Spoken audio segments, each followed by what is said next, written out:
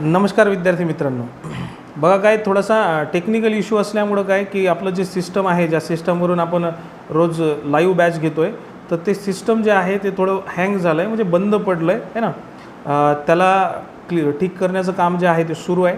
तर त्याच्यामुळं काय की आज रात्री 8 वाजता जे लेक्चर सुरू होणार होतं, 8 वाजता जे सत्र सुरू होणारं अंकगणिताच्या सरावाचं आहे ना, तर ते सत्र आणि 9 वाजता जे रोज सत्र होते रेल्वे भरती परीक्षेसाठी प्रिव्हियस इयर क्वेश्चन पेपर्सचं, तर हे दोन्ही सत्र जे आहेत ते आज होणार नाही आहेत. बरोबर आहे, कारण सिस्टमच बंद असल्यामुळं ते दोन्ही सत्र जे आहेत ते घेणं आपल्याला शक्य होणार नाही आहेत.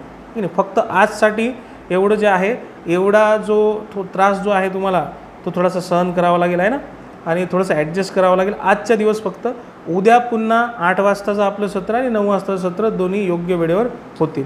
क्लिअर आहे. आणि उद्यापासून 9 तारखेपासून टेक्निशियनचे फॉर्म भरणं सुरू होतील.